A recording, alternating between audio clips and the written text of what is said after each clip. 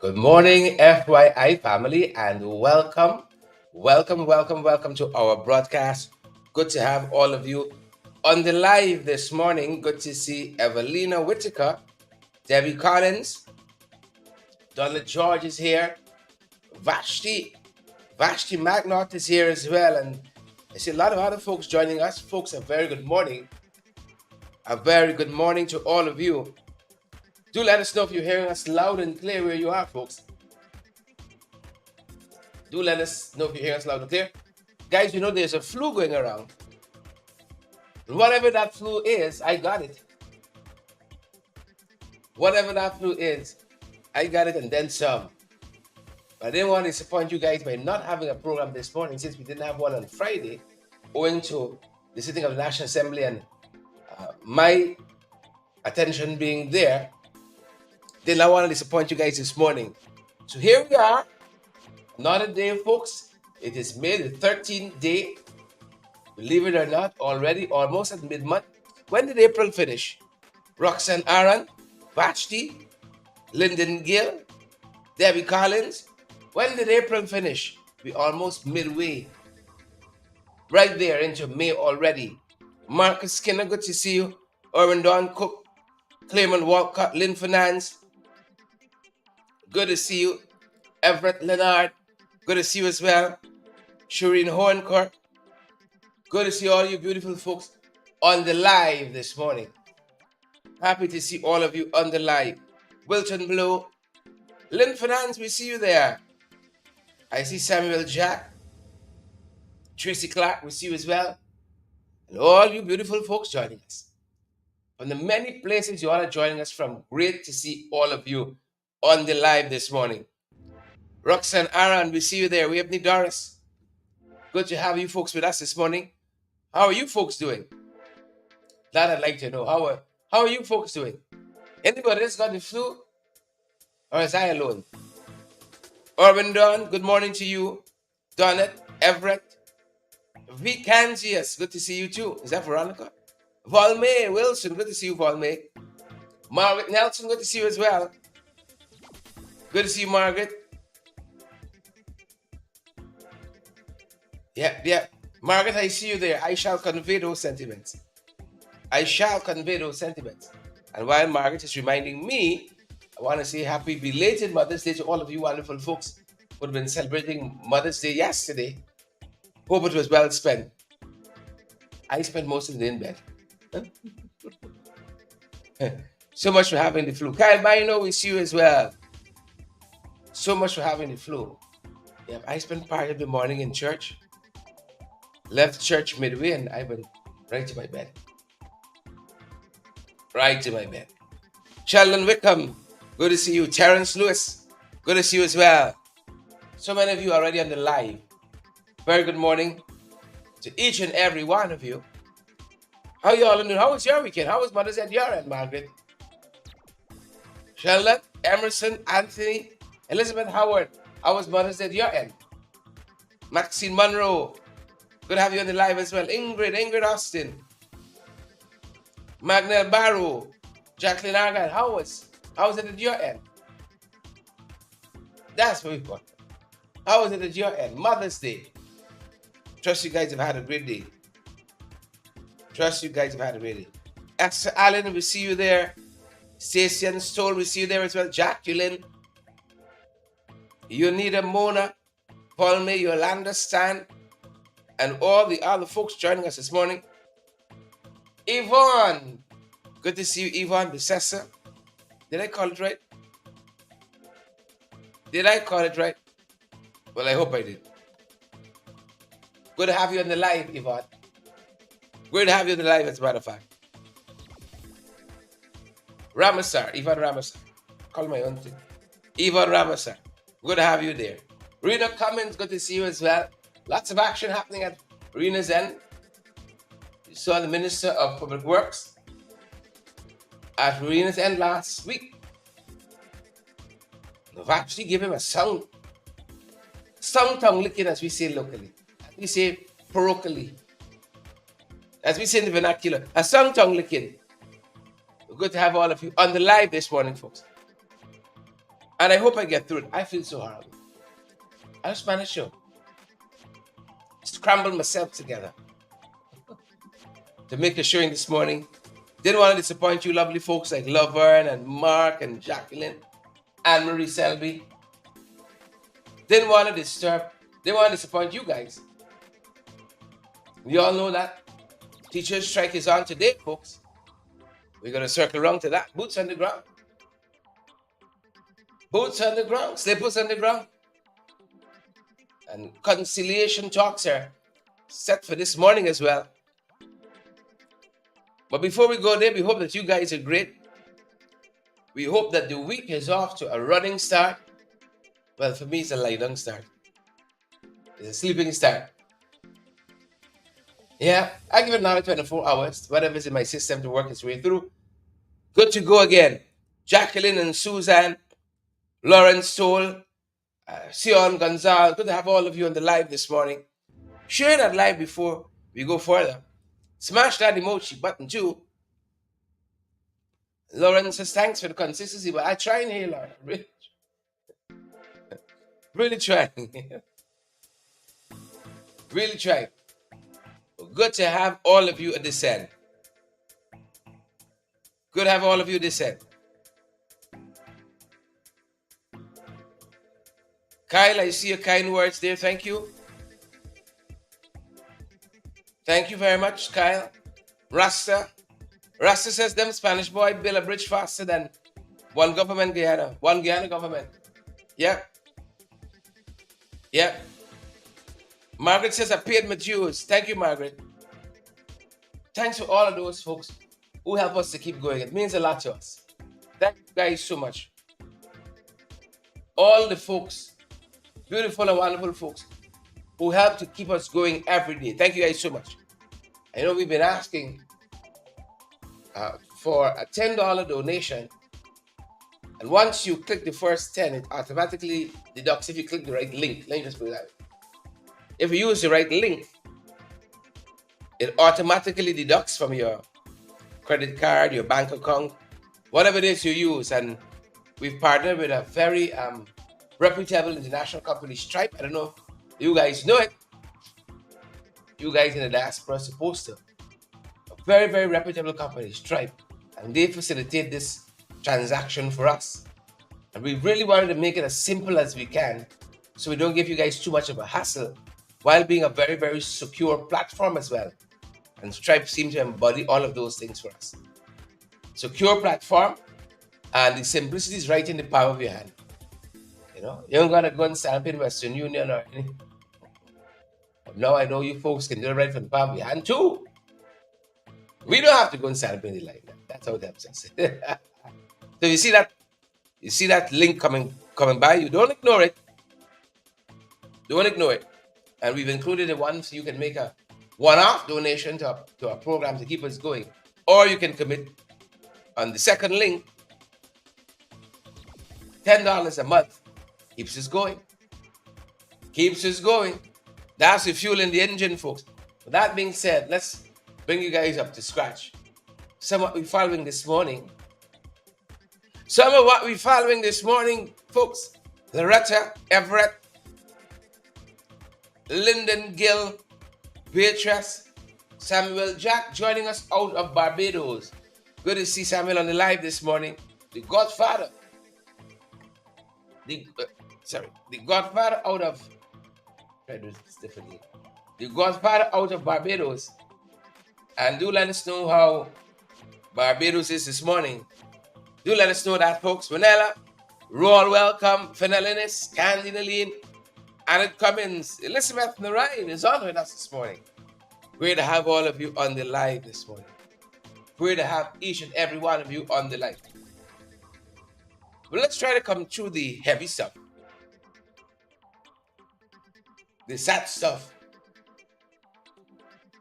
Crime, folks. Crime in Guyana.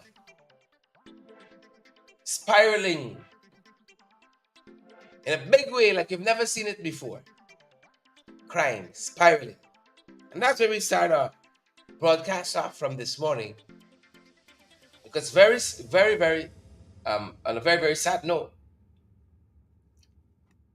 we're learning that a father of 4 was stabbed to death over the weekend. I think this was on Saturday at the number 44 bus park here in Georgetown. Just minding his own business, minding his own business, trying to provide for his family. Innocent Cave, earlier English, Simon Paul, going about his daily business. And them boys punks on him. Folks, I'm talking about 32-year-old John Williams of 3rd Street, Martinsville, Monrepo, up on the East Coast. It's quite sad what happened to John. It's quite sad. Report indicates that he was paid early that day, and John Williams was just making his way home like any other guy needs, trying to provide for his family. When some young men, teenagers, we made to understand, punks and John, as they said at the number 44 bus park, till he was walking along Water Street with a green haversack, backpack. When he turned into Commerce Street and he was confronted, they tell us, by the 3 suspects. 2, by the way, they're telling us are in custody. 1 is still at large. 15-year-old in this little Dubai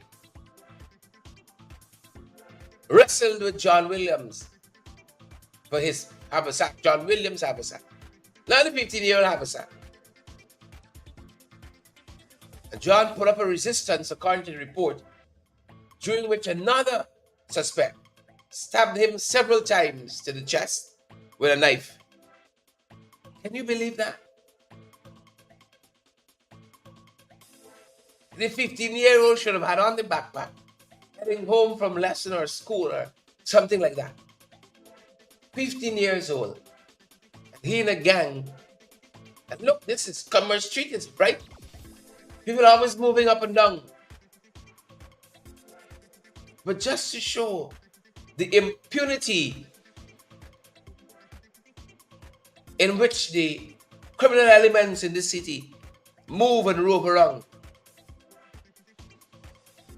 Any given day, President Irfan Ali got about 50, 60 policemen surrounding him. Anybody want Irfan Ali nothing? We should be protecting the citizens of this country, like John Williams. Few folks know Commerce Street. That's not a lonely area. It's not a lonely area. But again, it underscores how the criminal element move around Samuel Jack. With impunity. How they move around. So, they come for the man for a nightly paycheck. Our thoughts and our prayers. With John Williams. Folks, it's as easy as that, He left work, heading home. He lives up on the East Coast. He's almost by his bus park, almost in his bus, handing the lead energy. He's almost there. And somebody snatches his backpack. John puts up a resistance. Somebody else stabs him multiple times. And we get peeled back this onion so many times. The impunity with which the elements move around. The age of some of the perpetrators. All of that we can peel back and discuss. This is quite sad. It's quite sad. That's why when people say to us, some days I don't feel like coming out of my house. When you see what happened, it was not the bandits, it's the wild oats. as we say in the vernacular. There's the wild oats on the road. It's very worrisome. Pam Halls, Jacqueline Johnson, Gwyneth. It's very worrisome. You know, and we often say to people, look, them boys come for the thing, oh, just give it up. But I could imagine, this man don't know how his family gonna eat. In the back, but he got the fortnightly pay because that's what the report tells us. He was paid that day for the fortnight.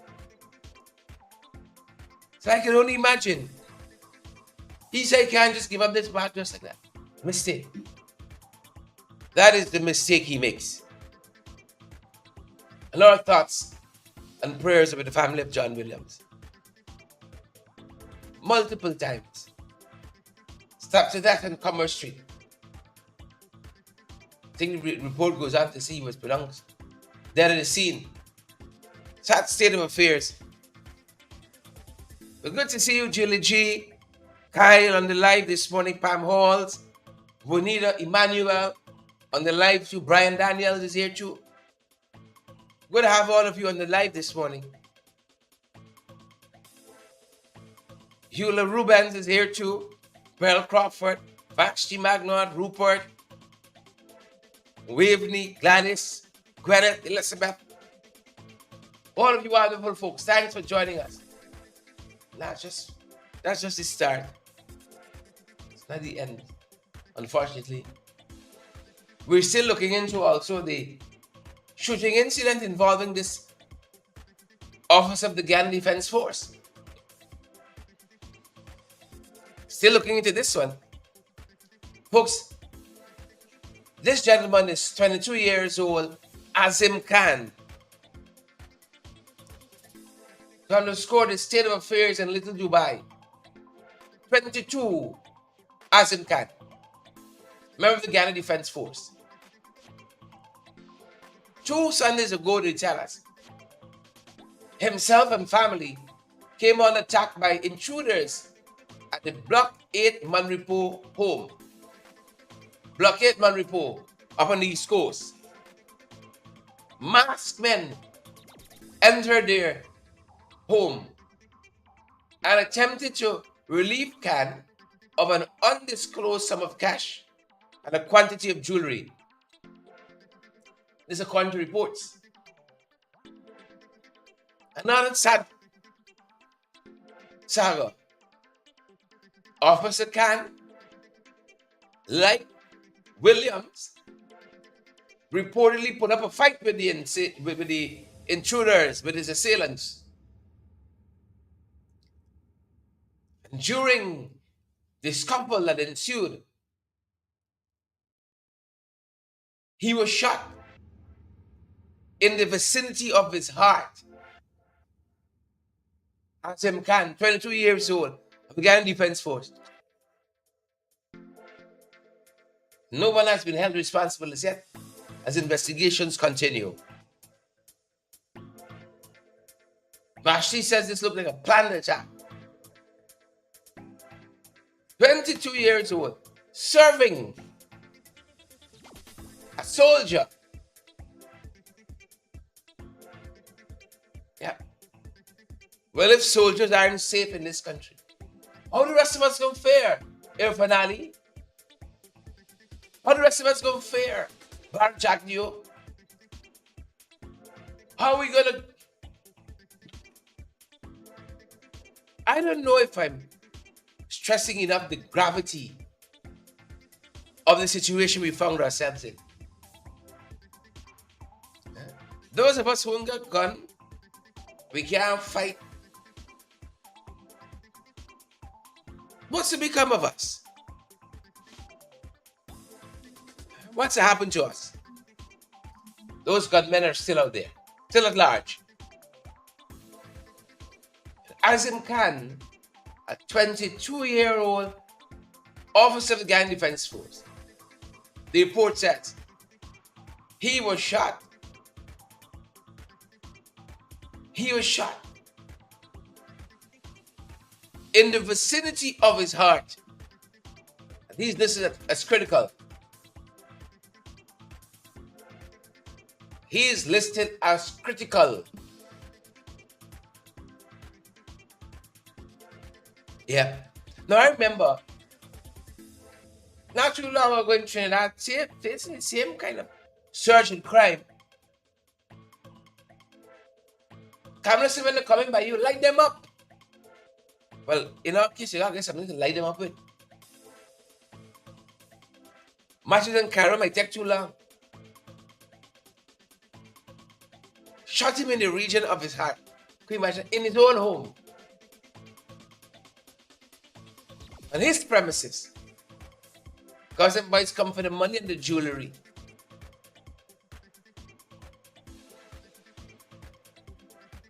As him listed as critical. 22 years old. In this little Dubai. I wonder how all of these things is missed the press conferences. I like zone when I watch the press conferences. The questions Irfan Ali's asked, the question that Bar Jagdio is usually asked. You see, when we finish winding up and moonwalking, we actually got to fix some problems in this country. Right? When you finish locking back your hands, winding up yourself, because you're young, we actually got to fix some problems in this country. What we can tell Azim's family? What we can tell John's family? No soul unturned. I figure we're coming around there. That's what they can tell us. No stone unturned. That's what they're coming with. Yeah. There it is. You pray for Azim. Critical.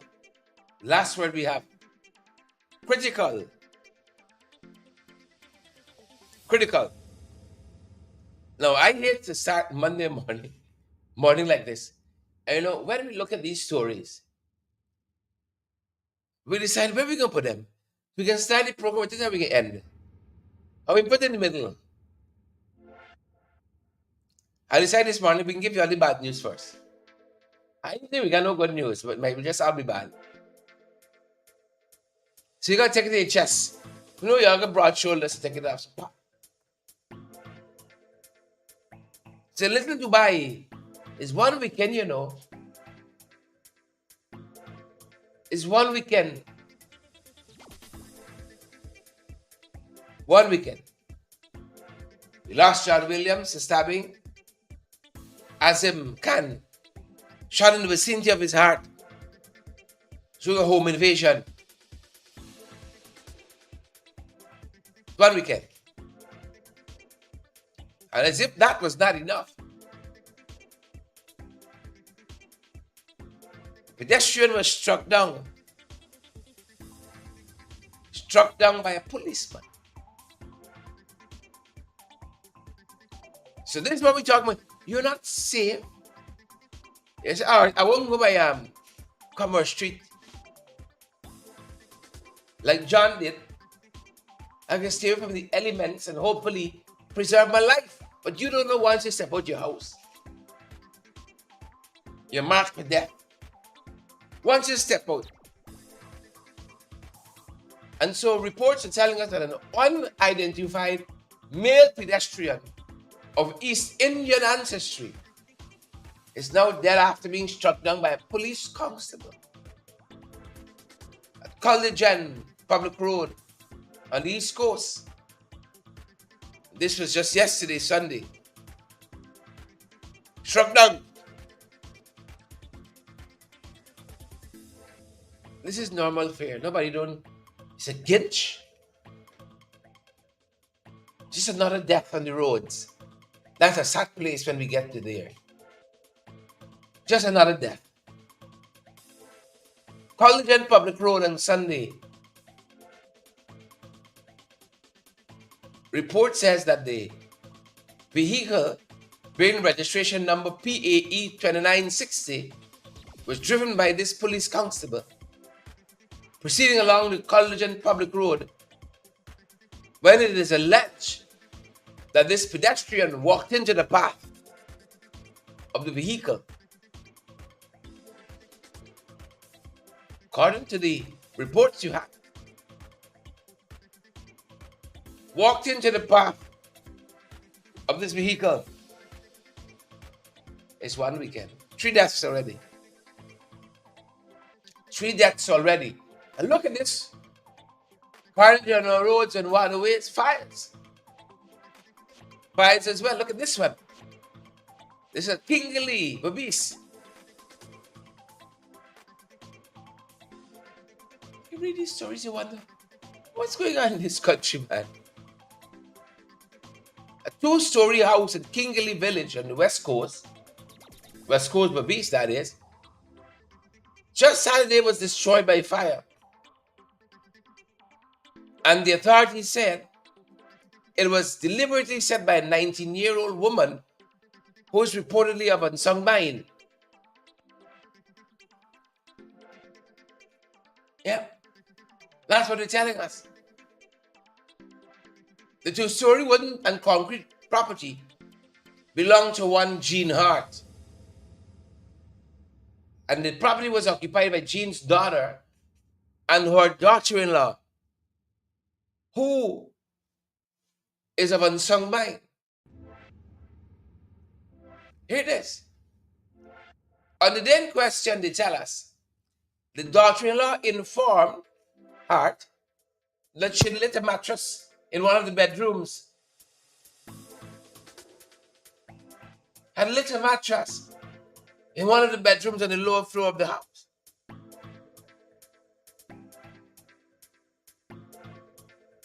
Folks, mental health is real, eh? Mental health is real, eh?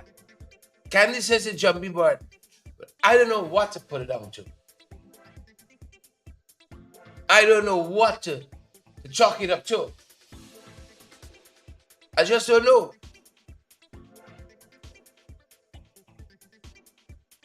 She told the lady, I said, I just like the mattress.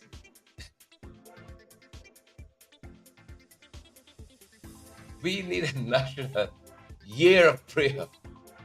Year of prayer. We lost John. As him get shoot close by your heart. Unidentified male get knocked down. Lady just come and say, oh, I like the mattress. I'm in too much muscular pain even to laugh this morning. I feel like I'm in too much muscular pain to even laugh. I just like the mattress. Mattress take one. Could you imagine those people might have been sleeping? I mean, the whole house was gutted. Could have ended so much worse. The whole house. I just like the mattress. I just liked it.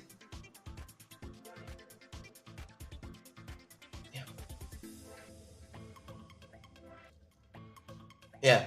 National Year of Prayer. National Year of Prayer. He says she's of unsung mind. That's all. What about the boys that killed John? They mind song. What about the boys that stabbed John several times? What about the set that running by Azim? They song. Life in Little Dubai. Life in Little Dubai. I know soon now we finish with those tragedies. Because the tragedy that is the Ministry of Education. How do you want to treat the teachers? Folks, the teachers have been back on strike since last Thursday. But they're doing it a little different. They're going to be protesting physically for a couple of days and then they are like a sick out. They're going to rest for a couple of days as well. The physical slippers on the ground is today and tomorrow. Slippers on the ground. You're going to see how much we can cover for you folks, because we know how much you guys value the valid and credible information. We're going to see how much we can cover. We're going to see how much we can cover for you folks. So the strike rolls on. The strike rolls on. But the Ministry of Education said yesterday that he wrote to the Minister of Labor, Florida Joe, inviting him, or rather inviting the ministry to intervene into the matter of the Ghana Teachers Union. They're trying to follow the process.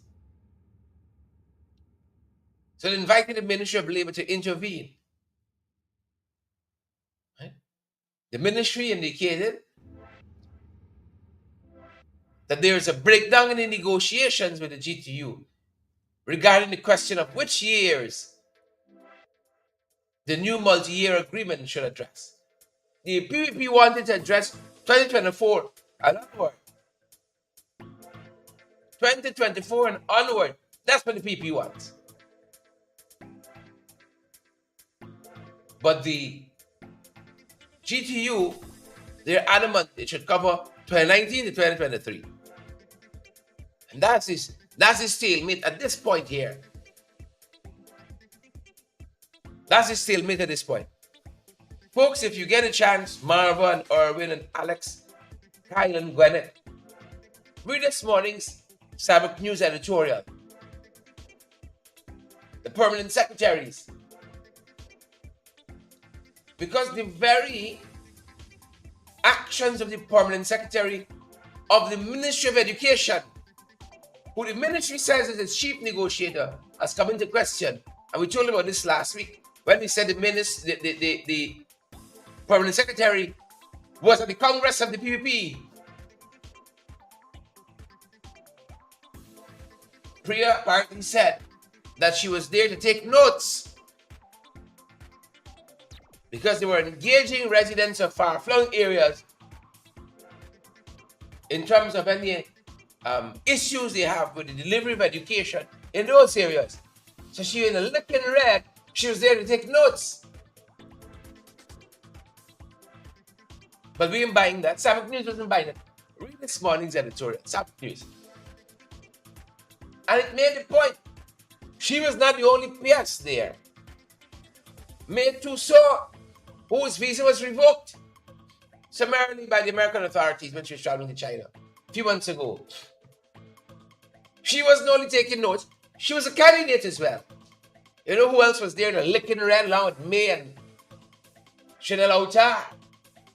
Bishop Coupen, he is another PS. He was there as well. It used to be that our public servants, especially the permanent secretaries, or the head of the civil arm of these ministries, didn't countenance politics in this way. They didn't countenance politics in this way. So not only are they taking notes, if you are to believe that, by Priya Manikchand, they are candidates in these internal party elections.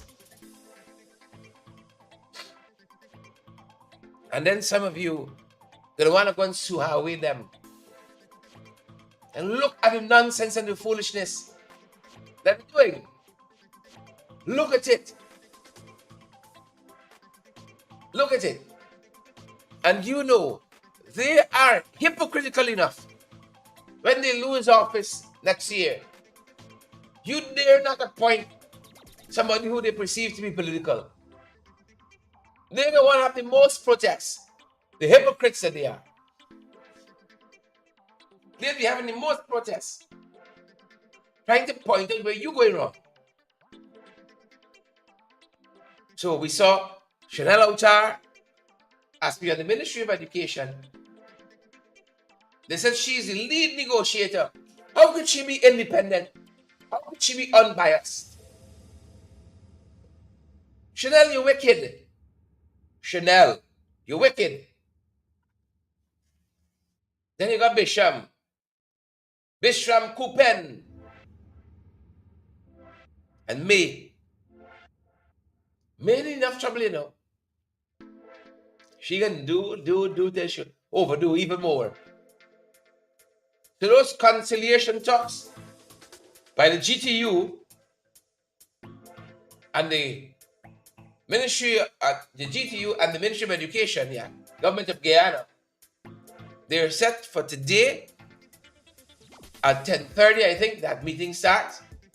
Ministry of Labor. So we're watching that too. Vashti says sink and dirty. Thank you, Vashti. Thank you. Thank you. Think as we wrap up, folks. As we wrap up. There's a couple things. While I have the strength. A couple things. Do we have this right? Yeah. Couple things. Warapoka. Now this is interesting, Naomi. Right? Naomi says it's a long time since she made tech photographs with the Mohammeds. Ah, girl. You come. It's a long time. It's a long time indeed. Warapoka and Haimaruni.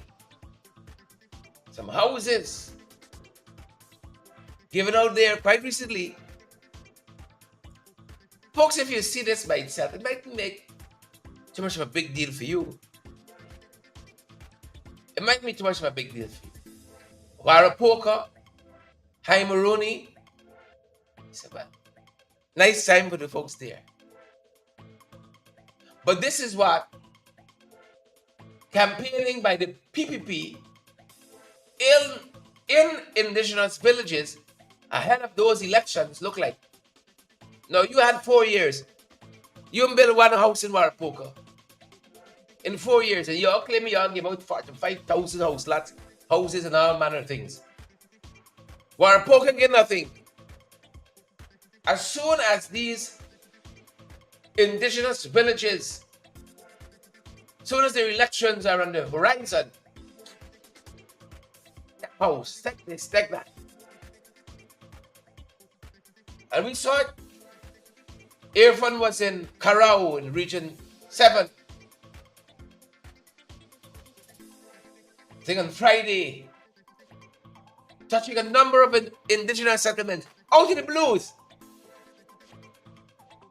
Now, these elections are supposed to be free from governmental interference, but not the PPP. They want to control everything. Ghana nowadays says they had 23 plus 4 years to put a house in Warapoka. Haimaruni, they had all the time. Nothing. Zero and zilch. But election time is nearing.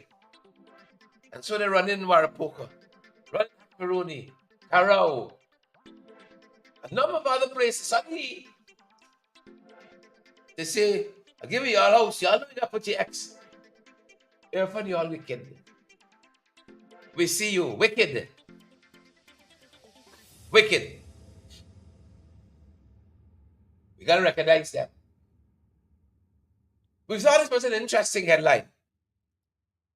Cargo passing through the Cherry Jagan International Airport increased by 84%. Now, we were tempted right off the bat to ask, what kind of cargo?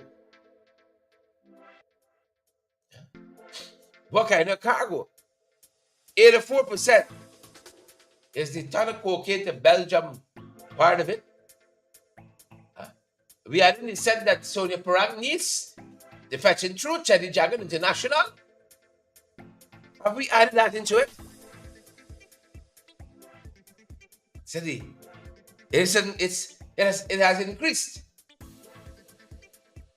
Chairman of the Cherry Jagan International Airport Board, Sanchib Jatadin, they're telling us, Sanchib Jatadin made this revelation during his contribution to the National Assembly's passage of the amendments to the Ghana Civil Aviation Act.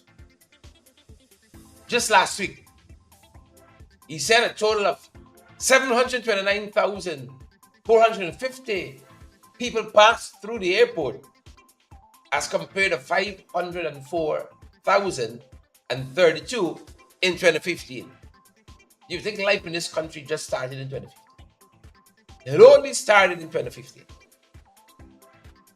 They said it's approximately a 45% increase.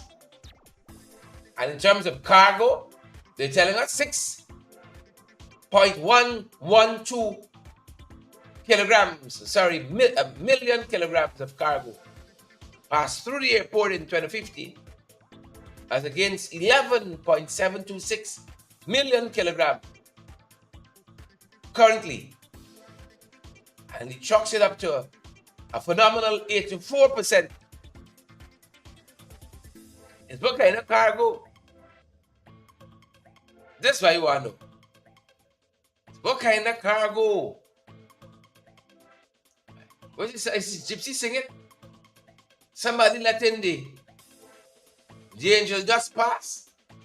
Somebody letting the cocaine pass. Yeah, it's a lot. I think we there though.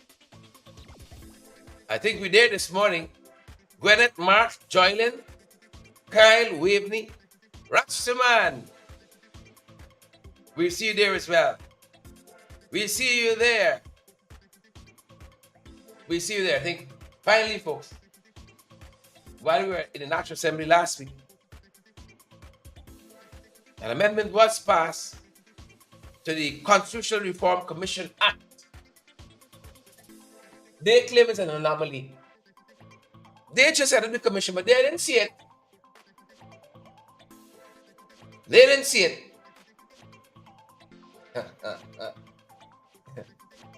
The act says that 21 persons should make up the commission. They get 22, including the chairman.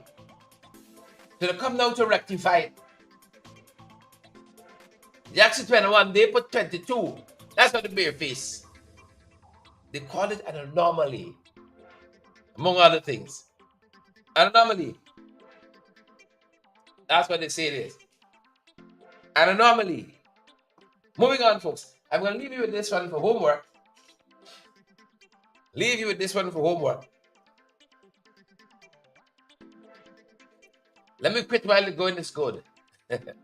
While the going is good. So I left you with the editorial of Sabbath News today, permanent secretaries for homework. And of course, every Monday, Sabbath News also publishes its article, How the Cost of Living Affecting People. How the cost of living affecting people. That's the name of the article, the column, if you may. First guy says, I don't even know if the price is high or the price is low. Why do I have to pay for things? I got to feed my family. Right? He said, I tried everything in this life. Every fine work in this life I tried. Nothing is easy. Lauren Bowen. Nothing is easy. If a man call a price for his item, I think he deserves that price. Unless you see him cheating you. So for me, I try to cope with the rising cost of living by just ignoring the prices and doing what I have to do to provide for my family. That's what Lauren says. I just ignore the high price. I'm not going to eat. I got to live. That's like most kindness.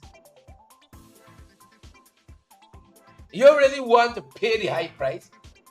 But what are you going to do? Simon argue with it whole day and hope it go down? You just get on with it. How come all these millions and billions we're earning in oil revenue,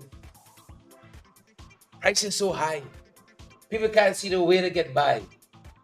How come? It's fascinating to us. Bigly fascinating to us. That's going to do it for us at this end, folks. That is going to do it for us at this end. Great to see each and every one of you on the live this morning, folks. Your boy not 100% this morning. There's some flu out there. My little son had it for a couple of days. We thought it was dengue. We took him to get some tests and so on. Whatever he had, he gave it to me. He said, Daddy, look, take it. Whatever he had, he gave it to me. Folks, I hope that you are better. Hope you guys are much, much better. Shirlene and Bella, Joylyn, Glenford, Akeem, Quasi, Gwyneth. Hope that you guys are better. That being said, folks, that's going to do it for us in this end. Kyle and Sandra, Lyndon, Glenford. Thanks for all the kind words, folks. Brian and Wanella. That's going to do it for us in this end. That's our time, good folks. Pray for the eye. That's our program. Now, once you know the Jagabatobia me. Covered now. Cover. I'm already persuaded in whom I believe. And I confess the name of the Lord Jesus Christ, that He reigns supreme in my life. That being said, folks, that being said, that's our time, that's our program. Marcy had the flu, it left you weak and white. I write them back, right there. Right there. Have a great rest of the week, folks. We're going to see you guys in the next podcast. Take it easy out there, folks. Watch them streets, Watch them streets, folks.